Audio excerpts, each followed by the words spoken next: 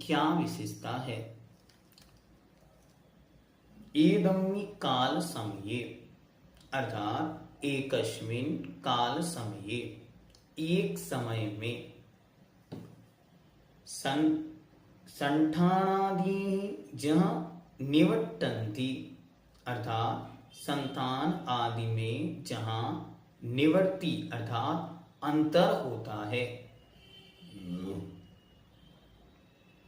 ना निवर्तन्ति तहाविय परिणामो मिहु जेहि। एक ही समय में जहां पर शरीर आदि, रचना आदि, आकार आदि में अंतर होता है, वहीं पर न निवर्तन्ति तहाविय परिणामेहि मिहु जेहिम। उसी समय उसी स्थिति में जिनके परिणामों में कोई निर्वृत्ति अंतर नहीं होता। मतलब सीधा सा अर्थ यह है कि 9वें गुण स्थान में मुनि महाराजों के शरीर की अवगाहना अलग अलग हो सकती है, रंग अलग अलग हो सकते हैं, आकार अलग अलग हो सकते हैं, लेकिन परिणामों में कोई अंतर नहीं होता। सबके परिणाम कैसे होते हैं? सबके परिणाम समान होते हैं। होन्ति अनियत्तिनोते परिसमयम जेसिम एक परिणामा भवन्ति अर्थात होते हैं अनिर्वृत्तिनः अर्थात अनिर्वृत्ति गुण स्थानवर्ती के परिसमयम प्रति समय में येषाम एक परिणामः प्रति समय उनके एक परिणाम रहते हैं। अर्थात जितना उनके उस गुण स्थान का काल है, उस गुण स्थान काल में उनके एक ही परिणाम होता है। और क्या होता है? विमल यर ध्यान हु बस ही हाही, तो कहते हैं विमल ध्यान रूपी अग्नि की शिखा के द्वारा क्या हो जाता है? निर्दिष्ट कम बना कर्म रूपी वन अर्थात जो मोहिनी कर्म रूपी वन है वो निर्दिष्ट अर्थात जलने लगता है। यहां जाकर मोहिनी कर्म जलने लगता है। अब इसका अर्थ देखते हैं।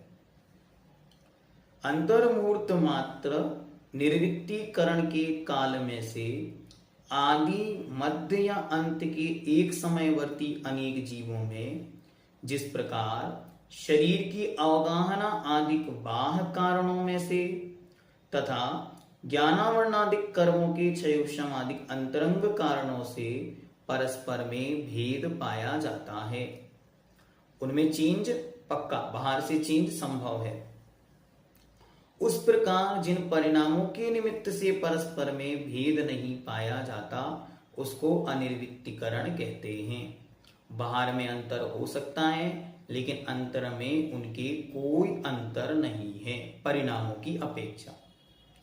अनिर्वृत्तीकरण गुण स्थान का जितना काल है उतने ही उसके परिणाम हैं।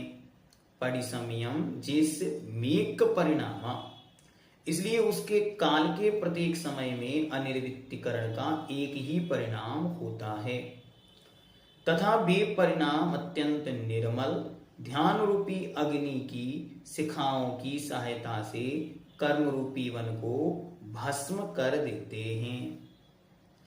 यहाँ पर एक समयवर्ती नाना जीवों मतलब अनेक जीवों के परिणामों में पाई जाने वाली विशुद्धि में परस्पर निर्वृत्ति अर्थात भेद नहीं पाया जाता। अतएव इन परिणामों को अनिर्वृत्तीकरण कहते हैं। अनिर्वृत्तीकरण का जितना काल है उतने ही उसके परिणाम हैं। इसलिए प्रत्येक समय में एक ही परिणाम होता है। यही कारण है कि यहाँ पर भिन्न समयवर्ती जीवों के परिणामों में सर्वथा विसदृश्यता अर्थात भिन्नता और एक समयवर्ती जीवों के परिणामों में सर्वथा सदृश्यता ही समानता ही पाई जाती है। क्योंकि जो 1 2 3 4 5 ऐसे समयों में विभक्त हैं तो अब उनमें चेंज तो होना नहीं, तो इसलिए उनके परिणाम हमेशा एक से बने रहते हैं। इन परिणामों से ही आयु कर्म को छोड़कर शेष 7 कर्मों की गुण श्रेणी निर्जरा, गुण संक्रमण, स्थिति कंडक घात, अनुभाग कंडक घात होता है और मोहिनी कर्म की बादर कृष्टि, सूक्ष्म कृष्टि आदि हुआ करती है। जो मोहिनी कर्म है वो और अत्यंत सूक्ष्म होता चला जाता है, क्योंकि अब उनके अंत में वह मोहिनी कर्म नष्ट होना है, तो वह यहां से ही एकदम कैसे होने लगता है, जैसे बादर कृष्टि से सूक्ष्म कृष्टि मतलब होती है पंक्ति बनना, रचना होना। तो कैसा होता है, मोहिनी कर्म का जो सॉलिड पार्ट था वो अब एकदम और बारीक बारीक होता चला जाता। कृष्टि को यहाँ पे अपन एक प्रकार की जाली की तरह समझ सकते हैं। तो जैसे आप लोग आटे को छन्नी से छान देते हैं तो ऊपर ऊपर कठोर पार्ट रह जाता है जिसको दलिया कह सकते हैं, और नीचे बारीक पार्ट आ जाता है जिसको आप बारीक आटा कह दें, या मैदा या सूजी में से कोई एक पार्टिकल उसमें से निकल गया। तो वैसे ही जो बादर कृष्टि करके वे उस मोहिनी कर्म के द्रव को और अधिक क्रश कर देते हैं, पतला कर देते हैं, जिससे उसकी नाश होने में आसानी होती है और फिर शीघ्रता से नाश को प्राप्त हो जाता है। ये इन 2 गाथाओं का अर्थ है। सामान्य सी बात क्या है, पहली बात कि अनिर्वृत्तीकरण में निर्वृत्ति का अर्थ है चेंज, अनिर्वृत्ति का अर्थ है चेंज नहीं होना। तो इस गुण स्थान वाले जीवों के परिणामों में अंतर नहीं होता, परिणाम एकदम समान बने रहते हैं। ध्यान की अत्यंत विशुद्धि यहाँ होती है, जिसके कारण कर्म रूपी बनों को जलने में आसानी हो जाती है।